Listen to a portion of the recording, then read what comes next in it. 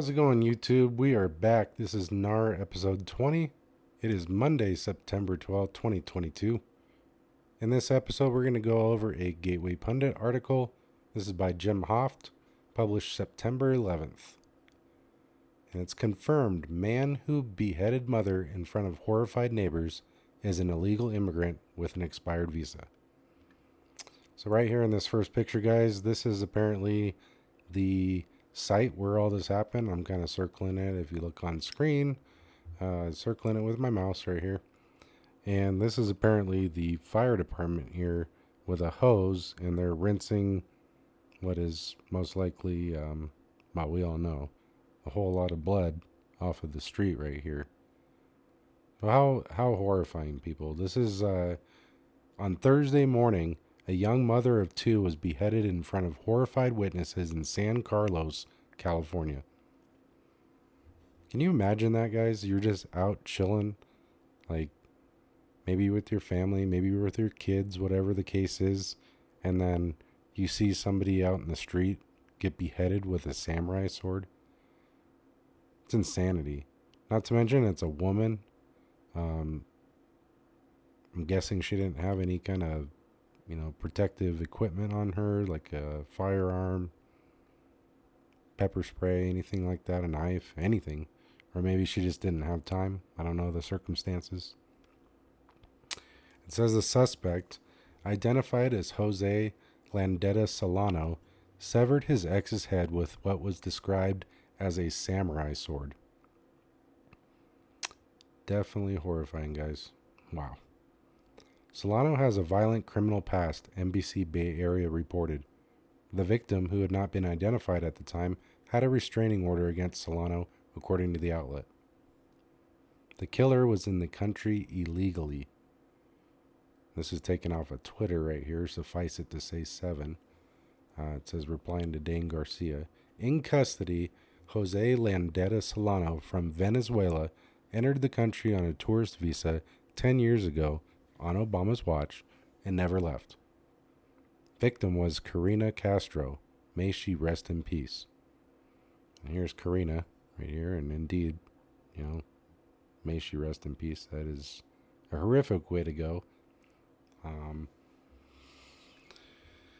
Lots to say on these kind of things, guys. This is just not something that you like to see. It kind of reminds you of more of a third world country.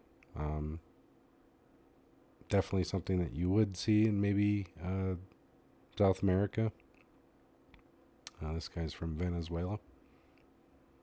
But we've also seen, gangs like MS-13. They use the same methods, the beheading. We've seen, groups like over in the Middle East. I'm not really going to get into those groups because I don't want to get flagged here on YouTube. But we all know who those groups were. They were really popular when Obama was in office, and they would do these, beheadings publicly on television and stuff. So yeah, very barbaric way, I think, to go about killing somebody. I mean, it just turns my stomach. So, not for me. It says, on Sunday, PJ Media identified the victim and reported that the suspect is an illegal alien. The young mother, who was brutally beheaded last Thursday, has been identified as 27-year-old Karina Castro. Castro was beheaded with a sword just before noon last Thursday in broad daylight as shocked neighbors watched. Wow. The attack took place in front of her apartment building. So right in front of her neighbors. These are people that possibly knew her and most likely did know her. What would you guys do? I mean, you got all these people that are running around the country, and, I'm not against immigration, guys. You do it the right way. I support visas, tourist visas, student visas, whatever. But when it's time to go back or get an extension or whatever, handle your business, okay? This is horrific. This happened in front of her neighbors. Says took place in front of her apartment building, and an earlier report stated that she was 25. So, 25 years old. She's supposedly really 27. The alleged killer, Jose Solano Landaeta, reportedly cut off Castro's head with a sword. He left her head under the car that her body was in. Cops swarmed in minutes later to find the grisly crime scene.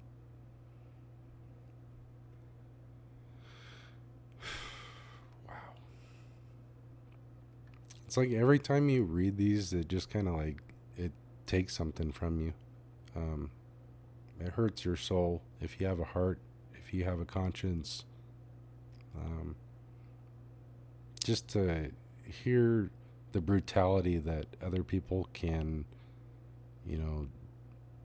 carry out on other human beings. It's shocking. It truly is shocking. And here we are in 2022, and it's still going on. And now it's happening in the streets. And supposedly a first world country, you're definitely in a state that's charging you first world country prices and first world country taxes in California. And then you have to put up with, seeing your neighbor beheaded in the street. Or actually, it sounds like, I don't know.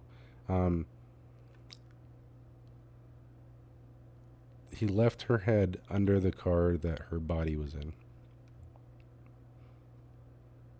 I don't know. Wow. All right.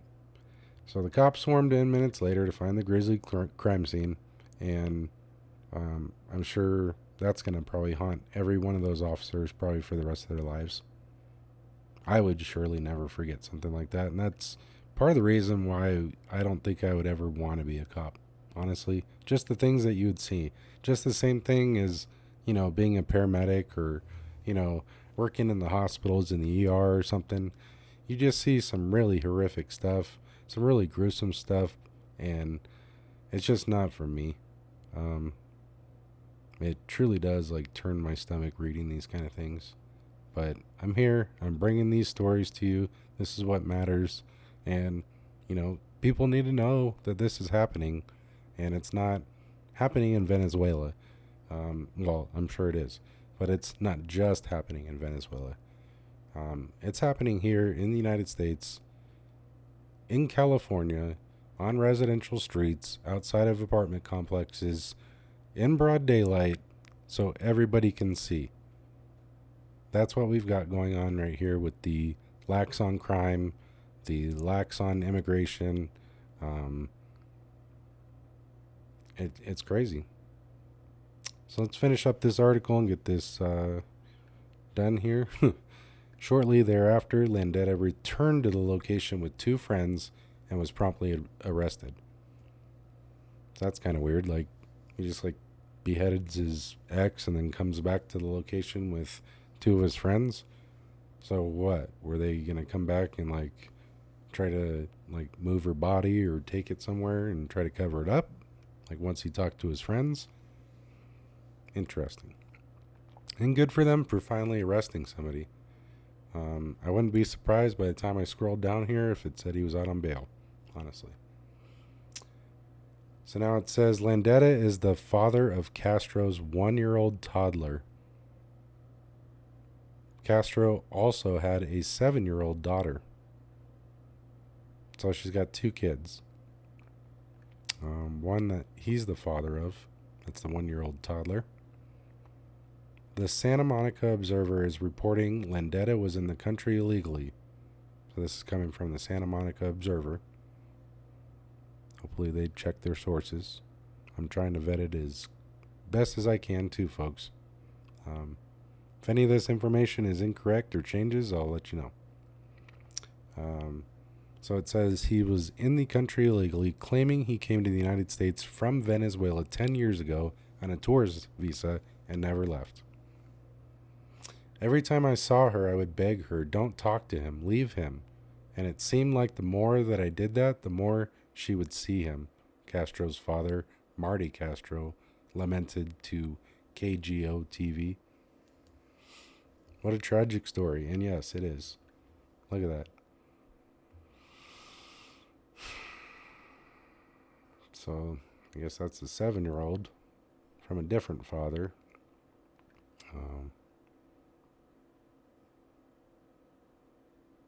Wow. All right, guys. What a crazy story. Unfortunately, have to bring that to you out of California. Sounds like something we'd be covering from like out of country, but like I said, unfortunately, it's happening here in our country, in our streets, in our states, in our counties. It's right here. So that is it for this episode, guys. Thank you for joining us on NAR episode 20. Thank you so much for watching. Please hit the subscribe button. Please hit that like button. It helps us get this out to everybody. Helps with the algorithm, the YouTube algorithm. Like, share, comment. Just leave a comment below. Tell me what you think. Tell me what I'm doing wrong. Tell me what I could be doing better. Tell me what you like. All right, guys. Thank you very much for watching, and have a good day.